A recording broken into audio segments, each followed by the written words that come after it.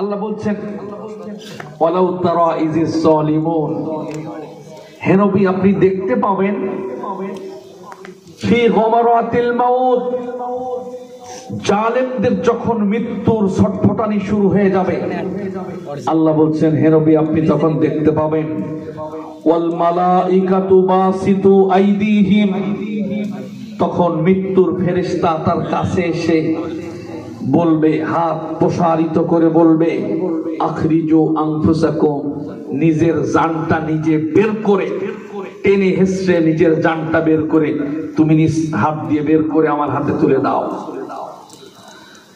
এবং সেই ফেরেশতারা বলবে আলিয়াউমা তুজজাউনা আযাবাল হুন, আজকে যন্ত্রণাদায়ক আযাব তোমাকে গ্রাস করবে, যন্ত্রণাদায়ক আযাব, কঠিন মারাত্মক আযাব তোমাকে আজকে পেয়ে বসবে। কারণ তোমার অপরাধ হলো এক নম্বরে তুমি জালেম। অপরাধ কি? সাউন্ড কি শোনা যাচ্ছে ভাই? সবাই তো বেঁচে আছেন নাকি? কেউ মরে গেলে হাত তোলেন, মরে গেছেন কেউ? আচ্ছা একটু আওয়াজ দিন। অপরাধ হলো তারা জালেম। এবং ফেরেশতা বলবে আজকে থেকেই তোমাকে আযাব শুরু হবে।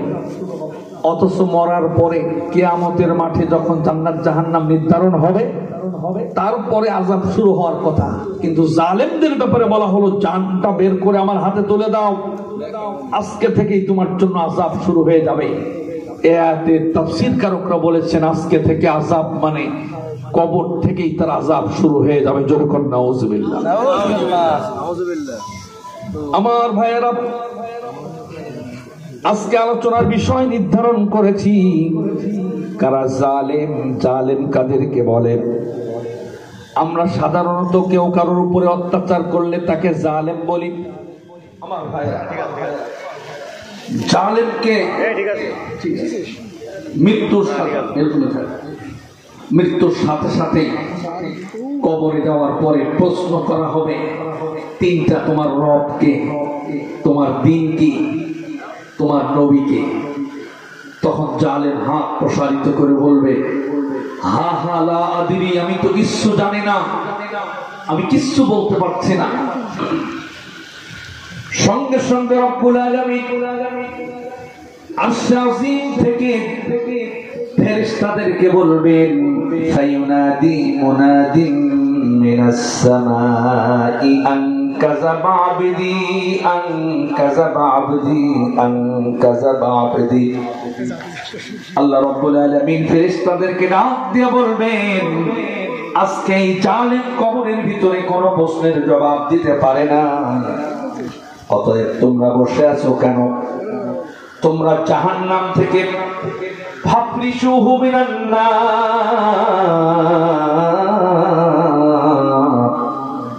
জাহান্নাম থেকে আগুনের বিছানা এনে তার কবরের ভিতরে বিছায়া দাও। বিশ্বনবী বললেন এক নাম্বার শাস্তি হবে জালেমের, কবরের ভিতরে বিছানাটা হবে আগুনের।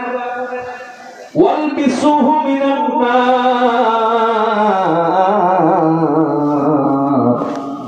নবীজি বললেন জাহান্নামের আগুন দিয়ে তৈরি করা পোশাক কবরের ভিতরে তার গায়ে পরিয়ে দাও। আফতাহু লাহু বাবান ইলান নার, নবীজি বললেন তার কবর থেকে জাহান্নামের আগুন যেই দিকে, কবরের দরজা জাহান্নাম বরাবর খুলে দাও। ইয়াতিহি মিন হাবরিহা ওয়া সামুমিহা, যাতে করে ডাইরেক্ট কবর থেকে জাহান্নামের আগুন জাহান্নাম থেকে তার কবরে সরাসরি তাপ দিতে পারে। এরপরে নবীজি বললেন হাত্তা তাখতালিফা আদলাউহু, মাটিকে বলা হবে মাটি এমন জোরে জালেমকে চাপ দাও বুকের হাড়গোড় ভেঙে চুরে চুরমার হয়ে এই পাশের পাজরের হাড় এই পাশের পাজরের হাড়ে ঢুকে যাবে। এই পাশের পাজরের হাড় ভেঙে চুরে এই পাশের পাজরের হাড়ে ঢুকে পড়বে। কবরের ভিতরে জাহান্নামের আগুনের বিছানা। এরপরে কবরের ভিতরে জাহান্নামের আগুনের তৈরি করা পোশাক, জাহান্নাম থেকে ডাইরেক্ট আগুন আসতেছে। এরপরে মাটিটাকে এইভাবে চাপ দেবে। শুধু তাই নয়, জালেম এখানে আমরা যারা বসে আছি যদি জালেম হয়ে যদি মারা যান আর রাত 12টায় যদি আপনার জানাজা হয়ে যায়, আজকে রাত 12টায় জানাজা হয়ে কবরে যাওয়ার সাথে সাথে আচরণ আপনার সাথে করা হবে। অথচ গত রাতে আপনি নরম বিছানায় ঘুমিয়েছেন, নরম বালিশ মাথায় নিচে দিয়ে আপনি ঘুমিয়েছেন। অথচ রাতের বেলা চানটা যদি বের হয়ে যায়, চকলেটের মতো মোড়ায়া কবরের ভিতরে আপনারে ঢুকানো হবে, প্রশ্ন করা হবে, জবাব দিতে না পেরে আযাব শুরু হয়ে যাবে আজকে রাত থেকে। এজন্য আজকে আলোচনা থেকে তওবা করা লাগবে। আল্লাহ যেন জালেমের কাতারে আমার নামটা না থাকে। আমার ভাইয়েরা, বিশ্ব নবী বললেন শুধু তাই নয়, একজন অন্ধ ফেরেশতা চোখে দেখতে পারে না, কানেও শুনতে পারে না, কবরের ভিতরে এমন একজন ফেরেশতাকে নিযুক্ত করা হবে আর তার হাতে একটা লোহার হাতুড়ি দেবে। বিশ্বনবী তার পবিত্র জবান দিয়ে বলেছেন,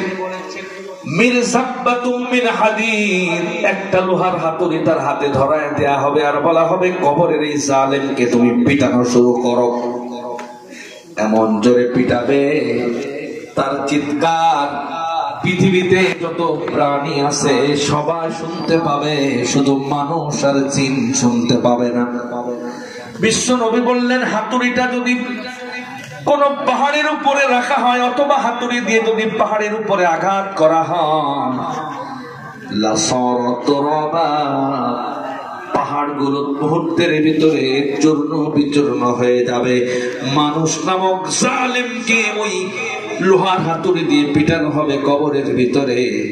শুধু তাই নয়, নবীজি বলেছেন 99টা সাপ কবরের ভিতরে ঢোকায় দেয়া হবে।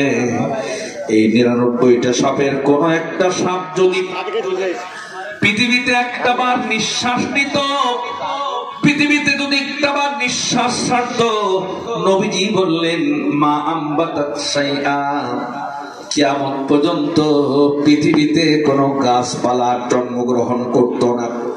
ওই সাপ কবরের ভিতরে তাকে সবল দিয়ে কামড়াবে, শরীরে বিষাক্ত বিষ ভিতরে প্রবেশ করে গায়ের চামড়াগুলো খুলে খুলে কবরের ভিতরে পড়তে থাকবে। তাই আমার বন্ধুরা, আমার আল্লাহ রাব্বুল আলামিন এর জন্য বললেন, আলিয়াউমা তুজজাউনা আযাবাল হুন, আজকে থেকে তোমার আযাব শুরু হয়ে যাবে, জানটা বের করে দাও। কোন মানুষ জালেম তো জান বের করতে চাইবে না, নিষ্ঠুর ভাবে গলার ভিতরে হাত দিয়া জানটা ফেরেশতা বের করবে। আমার ভাইয়েরা, 6 শ্রেণীর মানুষকে জালিমের কাতারে আজকে ফেলা হবে। অসংখ্য অগণিত শ্রেণীর ভিতরে থেকে 1 নাম্বার আল্লাহ বললেন, ইন্নাশ শিরকা লাযুলমুন আযীম।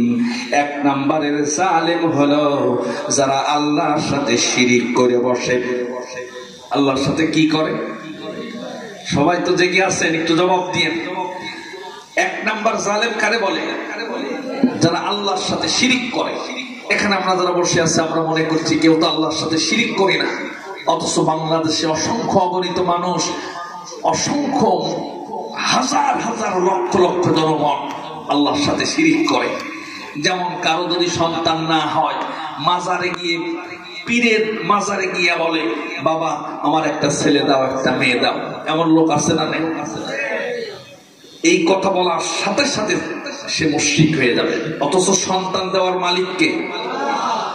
কেউ যদি মাজারে সন্তান চাই, মুশরিক হয়ে যাবে। কেউ যদি গণকের কাছে হাত দেখায়, বিশ্বনবী বললেন মুশরিক হয়ে যাবে। কেউ যদি আল্লাহ ছাড়া অন্য কারো নামে কসম করে, যেমন মাটির কসম, মায়ের কসম, দুধের কসম, মসজিদ ছুঁয়ে কসম, কোরআন শরীফ ছুঁয়ে কসম, এরকম কসম শোনেননি আপনারা? বিশ্বনবীর পবিত্র জবান দিয়ে ফতোয়া দিয়েছেন, মান হালাফা বিগাইরিল্লাহ, আল্লাহর কসম, এই কথা বাদে কেউ যদি অন্য কোন কিছুর নামে কসম করে, ফাকাদ আশরাকা, সে শিরিক করে মুশরিক হয়ে গেছে। অথচ সমাজে কত রকমের গিরে কাটা হয়, কসম কাটা হয়। আর মুশরিক যদি হয়ে যায় সে 1 নম্বরের জালেম। কোরআন বলছে ফাকাদ হারামাল্লাহু আলাইহিল জান্নাহ, সারা জীবনের জন্য তার জন্য জান্নাত হারাম হয়ে যাবে কেউ যদি শিরক করে। অথচ আমরা এগুলো মামুলি ব্যাপার মনে করি, কথা ঠিক কিনা?